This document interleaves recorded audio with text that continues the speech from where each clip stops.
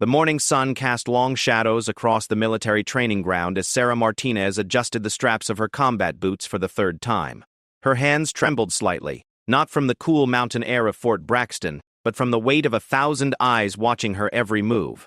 She was the only woman among 43 recruits in the elite marksman program, and today would determine whether she belonged there or if she was just another experiment in military equality gone wrong.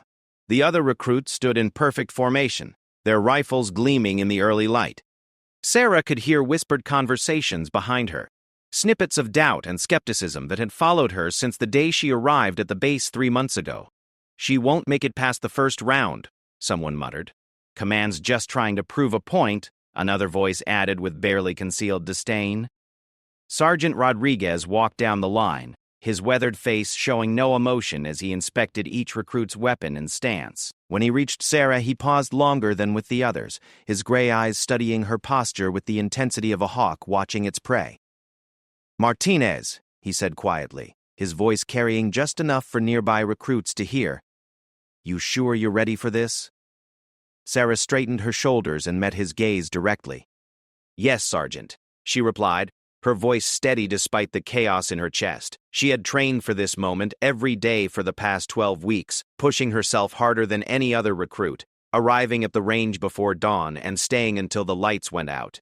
Yet standing here now, with the weight of expectation and skepticism pressing down on her, she felt the familiar flutter of doubt that had plagued her since childhood.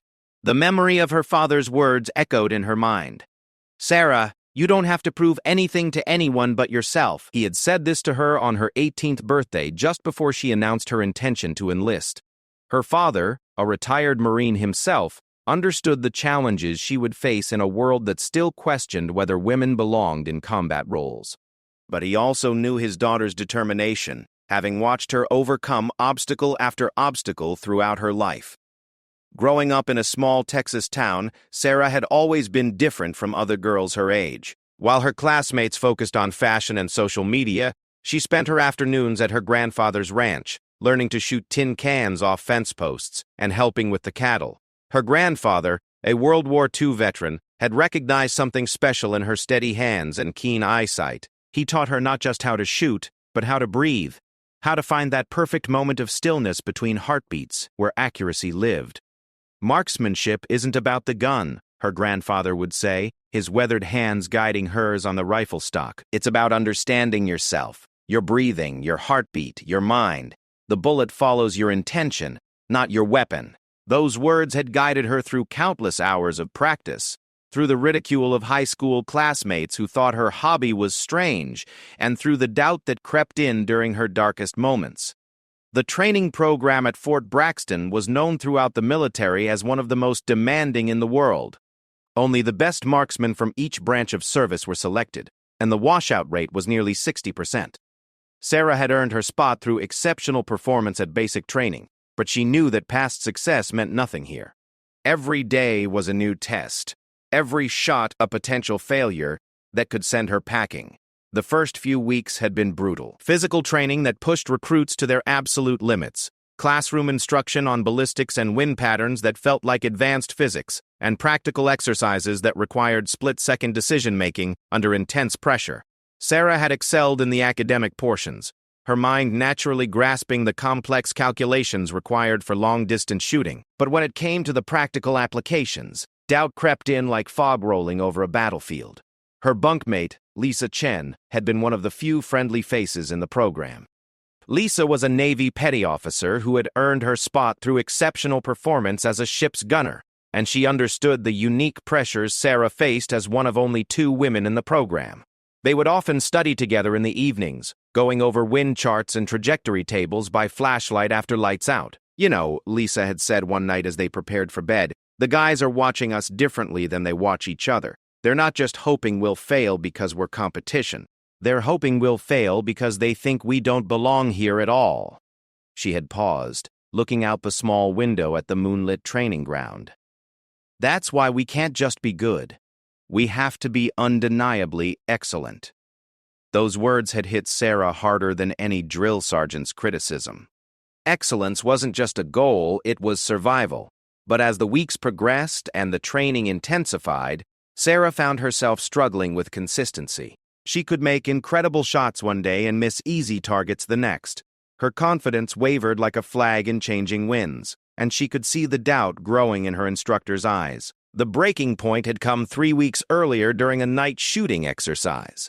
The targets were barely visible in the darkness, requiring recruits to rely on their training and instincts rather than clear sight lines. Sarah had prepared meticulously, checking and rechecking her equipment, studying the wind patterns, calculating the distance to each target. But when the whistle blew and the exercise began, something went wrong. Her first shot missed completely, sailing wide of a target she should have hit easily. The second shot was closer but still off the mark. By the third shot, her hands were shaking so badly she could barely hold the rifle steady. Around her, other recruits were hitting their targets with mechanical precision, the sound of successful hits ringing out like applause she wasn't invited to join. When the exercise ended, Sarah's scorecard was a disaster. She had hit only 3 of 12 targets, a performance that would have been embarrassing for a basic training recruit, let alone someone in the elite marksman program. As she walked back to the barracks, she could hear the whispers starting again, louder now and less concerned about whether she could hear them. Maybe she just got lucky getting this far, one voice said. Command's going to have to make some tough decisions soon, replied another. Sarah kept walking, her face burning with shame and frustration. She had let everyone down, her instructors, her fellow female recruits, her family, and most importantly, herself. That night, she had called her father from the payphone outside the barracks. She hadn't meant to cry, but hearing his familiar voice broke down the walls she had built to contain her disappointment. "Dad," she had whispered into the phone, "I don't think I can do this." Maybe everyone was right.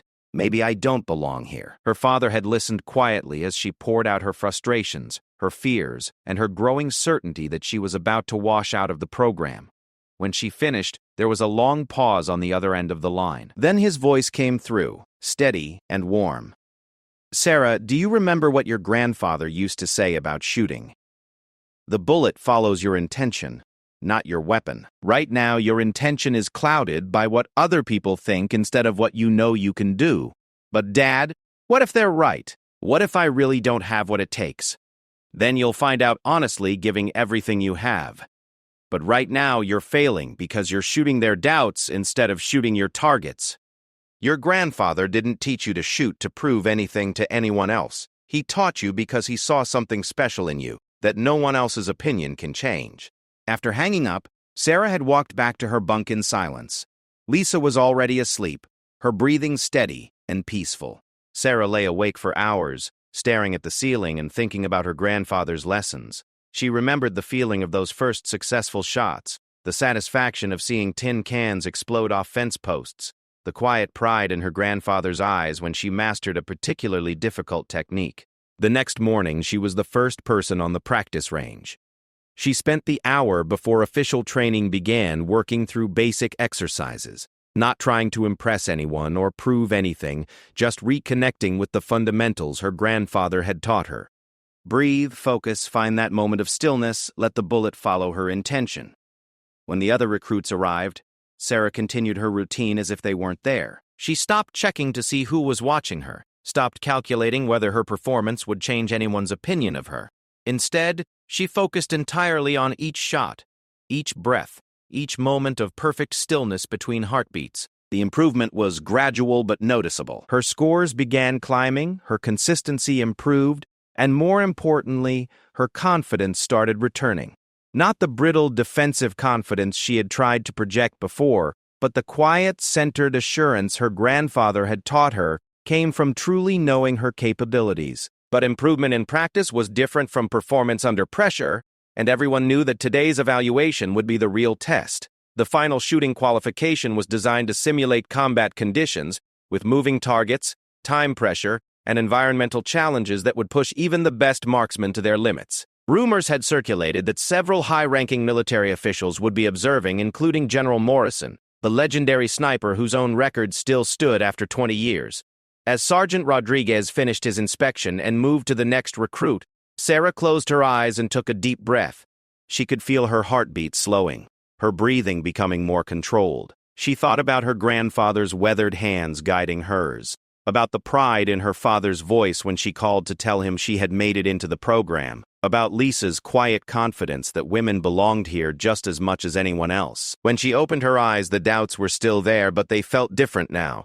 Instead of overwhelming fears that clouded her vision, they were simply challenges to overcome, obstacles that made success more meaningful rather than less achievable. She adjusted her grip on the rifle one final time and waited for the command to begin. The morning sun climbed higher in the sky, and the shadows on the firing range grew shorter. Soon, very soon, she would have her chance to show everyone, including herself, exactly what she was capable of. The whispers and doubts would either be silenced by her performance, or they would be proven right. Either way, she would know that she had given everything she had to find out.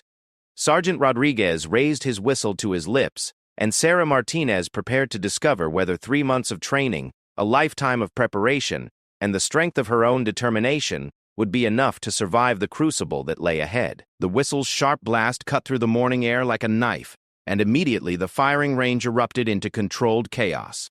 43 recruits moved with practiced precision toward their assigned positions, but Sarah Martinez felt as if time had slowed to a crawl. Each step seemed deliberate and weighted, each breath carefully measured as she made her way to firing position number 17. The qualification course stretched out before them like a carefully orchestrated nightmare. 7 different shooting positions, each presenting unique challenges designed to test every aspect of marksmanship under stress. Prone shooting at 300 yards, standing unsupported at 100 yards, rapid fire from the kneeling position, and several others that would push their skills to the absolute limit. Each position had to be completed within strict time limits, with no second chances or do-overs allowed. Sarah reached her starting position and immediately began her pre-shooting routine. She checked her rifle for the 3rd time, not because she doubted her earlier inspections, but because the familiar motions helped center her mind. The M24 sniper rifle felt solid and familiar in her hands, its weight distributed perfectly along her arms and shoulders. She had spent countless hours with this exact weapon, learning its quirks and capabilities, until it felt like an extension of her own body. His movements were smooth and confident, with no wasted motion or visible tension. He had been a police sniper for 6 years before joining the military program, and his experience showed in every aspect of his performance. Sarah had always respected his skill, but she also knew that experience could sometimes breed overconfidence. On her right was Tommy Santos, a Marine who had made his feelings about female recruits clear from day one. He never said anything directly to Sarah, but his sideways glances and barely concealed smirks spoke volumes about his opinion. Today he seemed especially pleased with himself, as if he already knew how the evaluation would end. Sarah forced herself to ignore him and focus on the task ahead. The first shooting position was prone at 300 yards, considered by many to be the most technical of all the positions. The targets were standard military silhouettes, but at this distance they appeared as small black rectangles against the tan backdrop of the hillside. Wind flags positioned at various points along the range showed a steady crosswind from the east, strong enough to significantly affect bullet trajectory but consistent enough to be calculated and compensated for. Sarah settled into her prone position, adjusting the bipod legs of her rifle until everything felt perfectly stable. She pressed her cheek against the stock, aligning her eye with the scope, and began the process of finding her natural point of aim. This was one of the first lessons her grandfather had taught her. Don't fight the rifle's natural tendency. Work with it. Small adjustments to her body position rather than muscling the weapon into alignment. Through her scope, the target appeared much larger and clearer, but she could see the subtle movement caused by heat shimmer rising from the ground between her position and the target. The wind flags indicated a steady 8-mile-per-hour crosswind, which at this distance would push her bullet approximately 12 inches to the left if not properly compensated. She chambered around and settled into her shooting position, feeling her pulse slow as she entered what her grandfather had called the zone, that state of perfect focus where nothing existed except the shooter, the rifle, and the target. Her breathing became deep and regular, and she began tracking the rhythm of her heartbeat through the pulse she could feel in her temple. The timer for the first position showed 4 minutes remaining, plenty of time if she didn't overthink things. She made her windage adjustment, moving her point of aim to the right edge of the target to compensate for the crosswind. Then she settled into the final phase of the shot process, letting her breathing cycle naturally while she waited for that perfect moment between heartbeats. The rifle fired with a sharp crack that seemed to echo across the entire range. Sarah maintained her position, following through with the shot as she had been trained, keeping the crosshairs on target until the recoil settled completely. Through her scope, she could see a small puff of dust kick up just to the right of the target.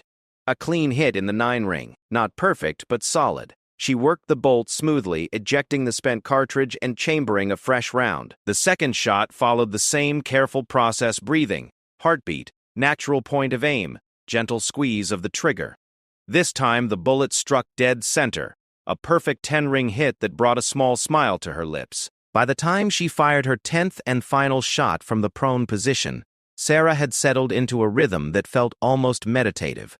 8 of her 10 shots were in the 9 or 10 ring, with only 2 8s that she attributed to slight miscalculations in wind compensation. It was a strong start, but she knew the real challenges lay ahead. The standing, unsupported position at 100 yards was next, and this was where many excellent shooters faltered. Without any support for the rifle except their own bodies, shooters had to maintain perfect stability while managing the much more challenging sight picture of a closer target. The targets appeared larger through the scope, but the increased magnification also amplified every tiny movement and tremor. Sarah stood at the firing line, feet shoulder-width apart, rifle butt pressed firmly into the pocket of her shoulder. She could feel the subtle sway of her body as it naturally tried to maintain balance, and she worked to minimize this movement while finding her sight picture. This position required a different kind of mental discipline. Instead of the slow, deliberate process of prone shooting, standing unsupported demanded quick target acquisition and immediate shot execution. The wind had picked up slightly, and she could feel it pushing against her body, adding another variable to an already complex equation. She raised the rifle to her shoulder and found her sight picture quickly, aware that she had only 3 minutes to fire 10 shots from this position. The first shot broke cleanly and struck in the 9 ring, slightly high and to the left. As she worked through the standing position, Sarah became aware of activity around her that hadn't been there during prone shooting. She could hear sergeants moving behind the firing line, occasionally calling out time warnings or making notes on their clipboards. More concerning, she could sense that some of the other recruits had finished their standing position shots already and were preparing for the next phase. Marcus Webb was already moving to the kneeling position, his scorecard showing what appeared to be excellent results. Tommy Santos had also finished, though Sarah couldn't see his scores from her position. She forced herself to ignore the pressure to rush, maintaining her careful shot process even as the time pressure mounted. Her last 3 shots from standing were her best, all landing in the 10 ring with mechanical precision. As she moved to the kneeling position, she felt a surge of confidence. The wobble and uncertainty that had plagued her during training seemed to have disappeared, replaced by the steady focus her grandfather had always insisted was the key to consistent accuracy. The kneeling position presented its own unique challenges. More stable than standing but less steady than prone, it required shooters to find a balance between speed and precision. The targets for this position were at 200 yards, and the time limit was reduced to just 2.5 minutes for 10 shots. This was where the rapid-fire skills developed during training would be put to their ultimate test. Sarah dropped into the kneeling position and immediately began her sight picture acquisition. The position felt natural and comfortable, with her left elbow resting on her left knee for support, and the rifle held in a stable, repeatable grip. She had practiced this position hundreds of times, but never under the pressure of a final evaluation with observers watching every move. The first shot rang out just as the 2.5-minute timer started. Sarah worked the bolt quickly but smoothly, chambering the next round while maintaining her sight picture.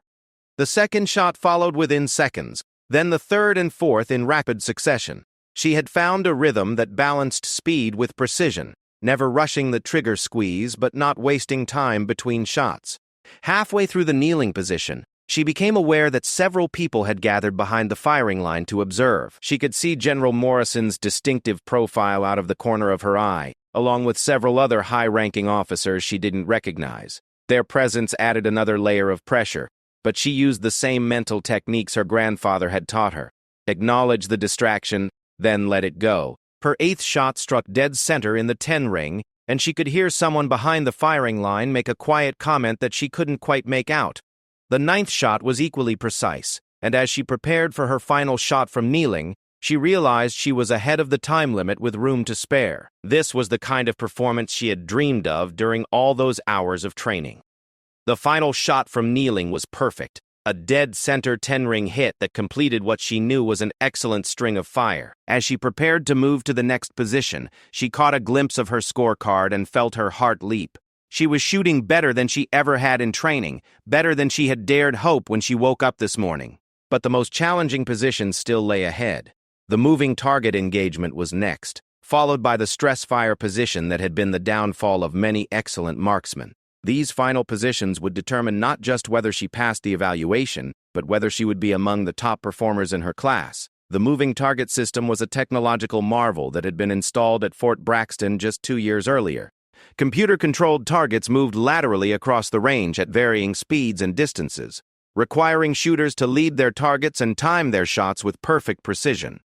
During training, this had been Sarah's weakest area, and she knew that a poor performance here could undo all the excellent shooting she had done so far. The targets for this position were located at 250 yards and moved at speeds ranging from a slow walk to a fast run. Each shooter had 5 targets that would cross their field of view once, and there were no second chances. The key was to establish a smooth tracking motion with the rifle, following the target's movement while calculating the proper lead based on distance and target speed. Sarah settled into a modified prone position that allowed for lateral movement of the rifle. The first target was already beginning its journey across her field of view, a slow-moving silhouette that she would need to lead by approximately 2 feet at this distance and speed. She began tracking the target smoothly, her rifle following its movement as naturally as if she were watching a bird fly overhead. The shot broke at exactly the right moment, and she could see through her scope that the bullet had struck the target's center mass. The silhouette dropped immediately, indicating a successful hit. 1 down, 4 to go.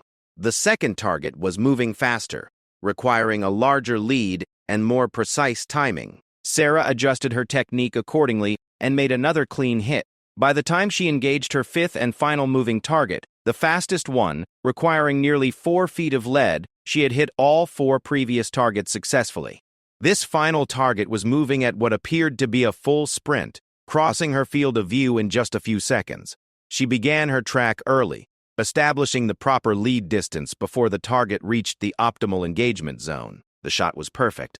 The target dropped instantly, completing what she knew was a flawless performance on the moving target system.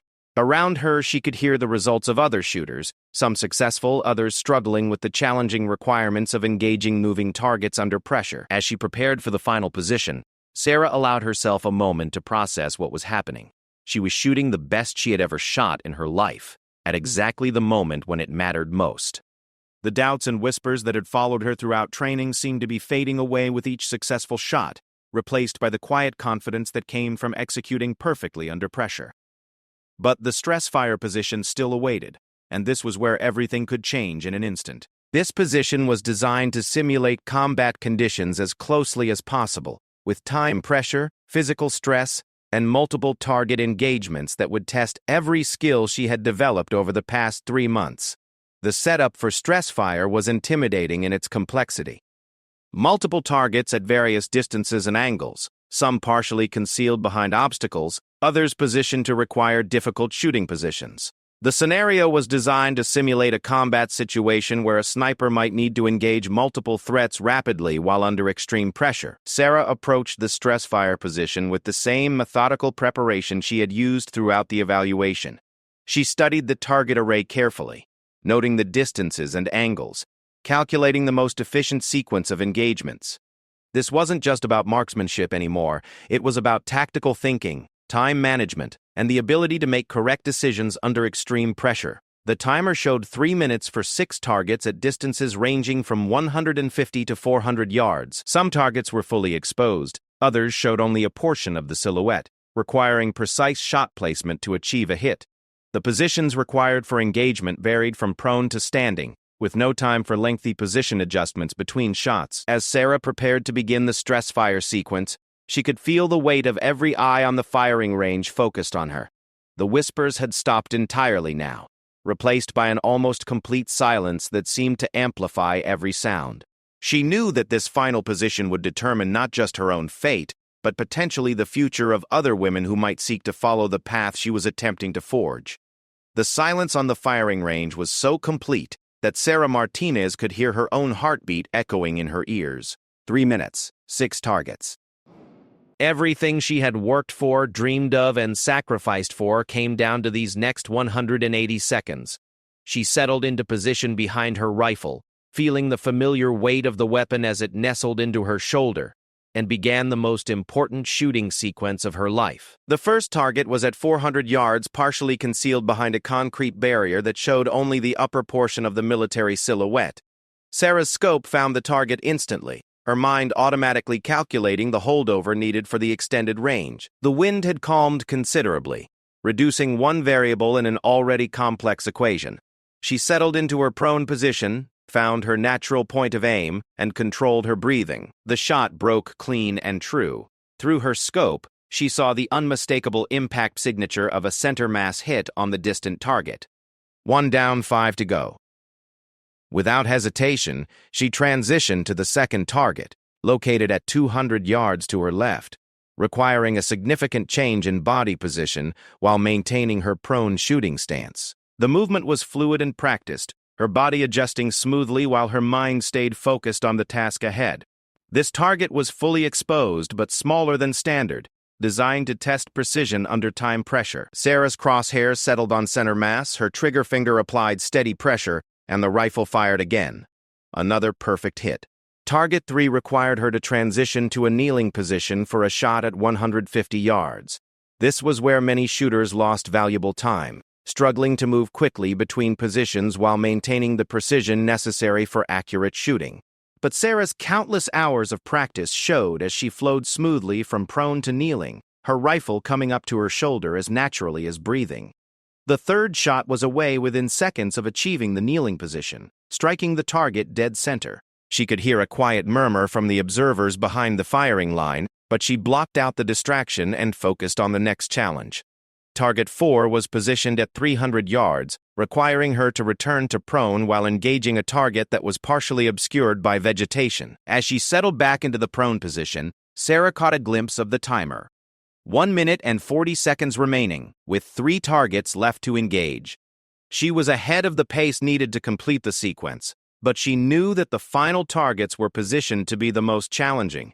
Any mistake now could undo everything she had accomplished. The fourth shot required careful aim through a gap in simulated foliage, with only a small portion of the target visible through the obstruction. Sarah's scope revealed a clear shot at what appeared to be the target's center mass, and she took it without hesitation. The impact was immediate and unmistakable, another perfect hit that brought her total to 4 successful engagements with 2 targets remaining. Target 5 was the most technically challenging of the sequence. Positioned at 250 yards and angled at 45 degrees from her firing position, it required precise range estimation and careful consideration of the geometric factors that affected bullet trajectory. Additionally, this target was designed to simulate an enemy sniper, showing only the upper portion of a head and shoulders behind cover. Sarah adjusted her position to accommodate the angle while remaining in the stable prone position. Through her scope, the target appeared small and partially obscured, requiring the kind of precision shooting that separated good marksmen from exceptional ones. She made her calculations quickly but carefully, range, angle, wind, target size, and settled into her final aim point. The trigger broke with surgical precision, and Sarah watched through her scope as her bullet found its mark. The small target showed clear evidence of impact, another successful hit that brought her to 5 targets down with 1 remaining. As she prepared for the final engagement, she could feel the attention of everyone on the range focused entirely on her performance. The 6th and final target was positioned at 350 yards and required her to assume a standing, unsupported position for the shot. This combination of distance and shooting position was considered one of the most difficult in military marksmanship, requiring absolute stability and precise trigger control while managing the natural body sway that affects all standing shots. Sarah rose smoothly from the prone position, her rifle coming to her shoulder with practiced ease. The timer showed 30 seconds remaining, more than enough time for a careful shot if she didn't rush the process. Through her scope, the final target appeared clear and well-defined against the hillside backdrop. She controlled her breathing, found her natural point of aim, and began the final shot process of the evaluation. The rifle fired one last time, and Sarah maintained her follow-through, as she had been trained, keeping the crosshairs on target until the recoil completely settled. Through her scope, she could see the clear evidence of impact on the final target. 6 targets, 6 hits, all within the allotted time limit. She had completed a perfect run through the most challenging shooting evaluation in the military. As she cleared her rifle and stepped back from the firing line, the silence that had dominated the range gave way to a buzz of conversation among the observers and instructors. Sarah could see Sergeant Rodriguez approaching with her scorecard, his weathered face showing an expression she had never seen before. What looked like genuine amazement. "Martinez," he said quietly as he reached her position, "in 22 years of running this program, I have never seen a performance like what you just demonstrated." He handed her the scorecard, and Sarah's eyes widened as she saw the numbers written there. Not only had she passed the evaluation, she had achieved a perfect score on every single shooting position. But Sergeant Rodriguez wasn't finished. "What you don't know yet," he continued, "is that your combined score doesn't just represent excellent shooting. It represents a new course record. The previous record was set by General Morrison himself 20 years ago when he was a captain going through this same program." Sarah felt her legs go weak as the full impact of his words hit her. She looked over toward the group of observers and saw General Morrison walking in her direction, his face showing a mixture of respect and what might have been pride. The same man whose shooting records had been legendary throughout the military for 2 decades was approaching to congratulate her on surpassing his achievement. "Outstanding shooting, Sergeant Martinez," General Morrison said as he extended his hand to her. "I've been watching military marksmanship competitions and evaluations for 30 years, and what you accomplished today was truly exceptional. You didn't just pass this evaluation, you redefined what's possible." Around them, the other recruits were finishing their own evaluations, but Sarah could see that word of her performance was already spreading through the group. The whispers that had followed her throughout training were being replaced by looks of genuine respect and admiration. Even Tommy Santos, who had made his skepticism clear from the beginning, was staring at her with something that looked like awe. Lisa Chen was the first of her fellow recruits to reach her, having completed her own evaluation with scores that guaranteed her place in the program. "Sarah," she said, her voice filled with excitement and pride, "do you realize what you just did? You didn't just prove that you belong here. You proved that you're the best shooter in this entire program." The implications of what had happened began to sink in as more people approached to offer congratulations. Sarah's perfect evaluation score would become part of military training history, studied and analyzed by future generations of marksmen. More importantly, her achievement would help open doors for other women who dreamed of serving in elite military positions. But perhaps most significantly, Sarah realized that she had finally answered the question that had driven her throughout the entire program. She did belong here, not as a token representative of her gender or as an experiment in military equality, but as a superior marksman who had earned her place through skill, dedication, and unwavering determination. Later that evening, as the recruits gathered in the dining hall to celebrate the completion of their evaluations, Sarah found a quiet moment to call her father. When he answered the phone, she could hear the anticipation in his voice as he asked about her performance. "Dad," she said, her voice steady and filled with quiet pride, "I broke the course record. I set a new standard that people said couldn't be achieved." There was a long pause on the other end of the line, and when her father spoke again, she could hear tears in his voice. "Your grandfather would be so proud," he said softly. "He always knew you had something special, and today you proved it to the world." They talked for another few minutes, but Sarah could tell that her father was struggling to find words adequate for what she had accomplished. After hanging up, Sarah walked outside to the same spot where she had called him just 3 weeks earlier, full of doubt and ready to quit. The night air was cool and clean, and she could see stars beginning to appear in the darkening sky. Everything looked the same as it had that night when she had seriously considered giving up, but she felt like a completely different person. The next morning brought new challenges and new opportunities. Word of Sarah's record-breaking performance had spread throughout the base overnight, and she woke to find several senior officers waiting to speak with her about potential assignments and career opportunities. The elite sniper units that had previously been closed to women were suddenly expressing interest in her services.